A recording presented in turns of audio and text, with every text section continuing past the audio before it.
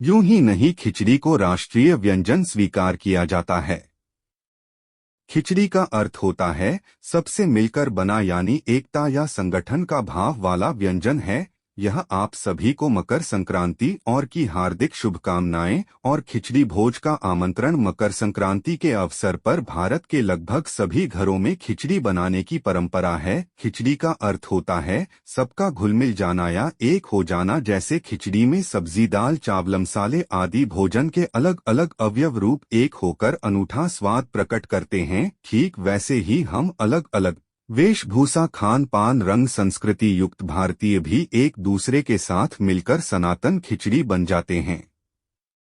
एक होकर सिर्फ और सिर्फ सनातनी भारतीय कहलाते हैं। विधि के लिए तो आप जैसे चाहें सबको मिलाकर जैसे चाहें पका दें, बनेगी खिचड़ी ही। जैसे विश्व में एकमात्र भाषा संस्कृत है जिसके शब्दों को कहीं भी किसी भी क्रम में रख दें वाक्य का अर्थ नहीं बदलता, ऐसे ही हमारी खिचड़ी भी है। जैसे चाहें पका लें, कोई भी चीज आगे पीछे हो जाए तो भी न नाम बदलेगा, न गुण और न ही स्वाद में कमी आएगी, है न कमाल की बात।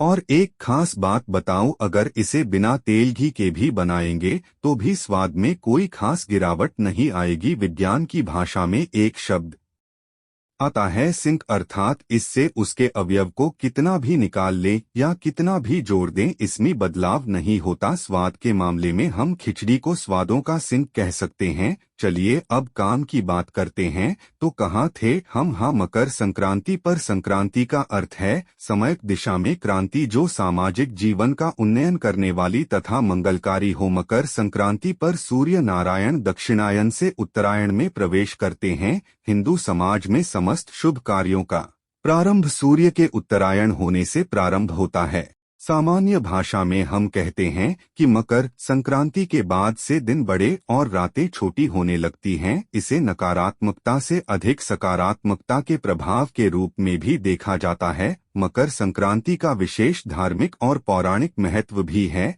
आज के दिन तड़के सुबह स्नान करना उत्तम माना जाता है। तिल का विशेष महत्व है। आत्म स्नान के जल में भी तिल के दाने डाले जाते हैं। तिल के पकवान, लड्डू आदि बनाए जाते हैं और तिल का ही प्रसाद चढ़ाया जाता है। आज ही के दिन भीष्म पितामह जी ने धरती पर देह त्याग कर महाप्रयाण किया था। मकर संक्रांति की तिथि पर ही 1863 में युवाओं के प्रेरणा स्रोत विवेकानंद जी का जन्म हुआ था और आज ही के दिन स्वामी विवेकानंद जी के गुरु भाई अखंडानंद जी के शिष्य से राष्ट्रीय स्वयं सेवक संघ के द्वितीय सर संघचालक श्री गुरुजी ने दीक्षा प्राप्त की थी। संक्रांतियां समय, दिशा में क्रांति को हम प्रभु श्री रामचंद्र जी के जीवन से अच्छी तरह समझ सकते हैं। प्रभु श्री राम ने वन वन भटकते हुए माता सबरी के जूठे बेर खाए, निषाद राज की मित्रता का मान रखा, जंगल में रहने वाले जीवों जैसे पशु पक्षी, वानर, भालू, गिलहरी सभी को एकजुट कर सेना तैयार की और अधर्म के विरुद्ध युद्ध किया। यही है संक्रांति का सर्वोत्तम उदाहरण। वैसे शरीर को रोग मुक्त और शक्तिशाली बनाने में तिल का अपना वैज्ञानिक गणित है, जिसकी चर्चा फिर कभी अलग पोस्ट में करूंगा। फिलहाल ये खाना हमारे शरीर के लिए आवश्यक है, बस इतना समझ लीजिए। अब अवसर मकर संक्रांति हो और खिचड़ी की बात न हो, यह कैसे संभव है? इसीलिए कहानी घूम फिर कर खिचड़ी ओर चली आती है। खिचड़ी नाम का शाब्दिक अर्थ ही है जो उपलब्ध है उसे मिला जुला कर बनाया गया व्यंजन, तभी तो जब कोई अवांछित वस्तु किसी खास चीज में मिला देता है तो बरबस ही हमारे मुंह से निकल आता है, ये क्या किया भाई तुमने, खिचड़ी कर दिया सब। मेरी राय में खिचड़ी सबसे आम भारतीय व्यंजन है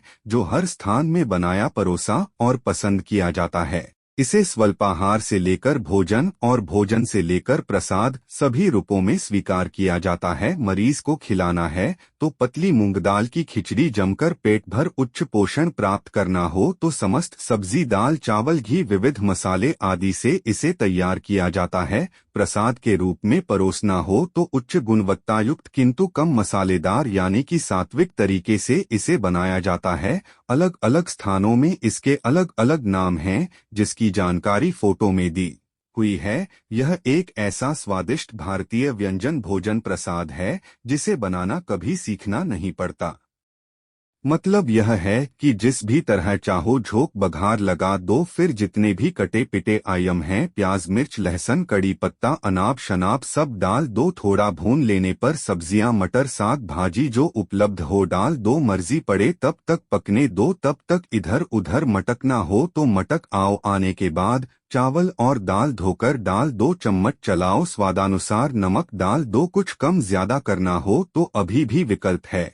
सब कुछ डाल दिया गया है, कुछ और न बचा हो तो ढक्कन ढककर पकने के इंतजार करें। बीच बीच में 2 से 3 बार चम्मच चलाते रहें, वरना कभी कभी नीचे से थोड़ा जल जाता है। वैसे थोड़ा लग भी जाए तो चिंता न करें, स्वाद में और भी बढ़ोतरी होगी। अंत में धीमी आंच पर पकाएं और पक जाने पर बिना इंतजार पेट पूजा कर लें। आसान विधि, बेहतरीन स्वाद, उच्च पोषण, गुणवत्ता, पाचक हल्का और झंझट मुक्त होने के कारण यह कुंवारों की प्रिय तो है ही, साथ ही परेशान शादीशुदाओं की राहत भी है। धर्मपत्नी के मायके जाने पर यही सूझता है, कहीं नौकरी पेशा लोगों का समय बचाओ भोजन है तो कहीं बुजुर्गों का सहारा, कहीं पिकनिक की पसंद है तो कहीं पैसों की बचत, कहीं यह पोषण है तो कहीं हल्का भोजन। जिसने जिस रूप में चाहा वैसा अपनाया। इसे नाम की बात करें तो अवयवों और भाषा के हिसाब से थोड़े बहुत बदलाव के साथ खिचड़ी शब्द सर्वपरिचित है,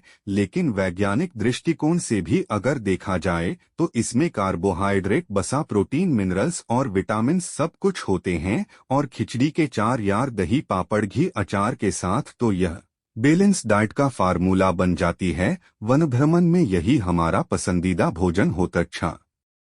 लेकिन सच बात बताऊं, मुझ जैसे पेटू के लिए यह न तो स्वल्पाहार है, न ही भोजन, न ही प्रसाद और न ही दवा। अपने लिए तो यह अवसर है खूब दबा के खाने का, समय बचाने का, पेट से लेकर मन तक संतुष्ट कर लेने का और परिवार एवं प्रियजनों के साथ पलों को अनमोल पलों में बदल लेने का। इतिश्री खिचड़ी माताक था। तो बताइए कैसी लगी मेरी यह खिचड़ी कथा, जवाब कमेंट में दें।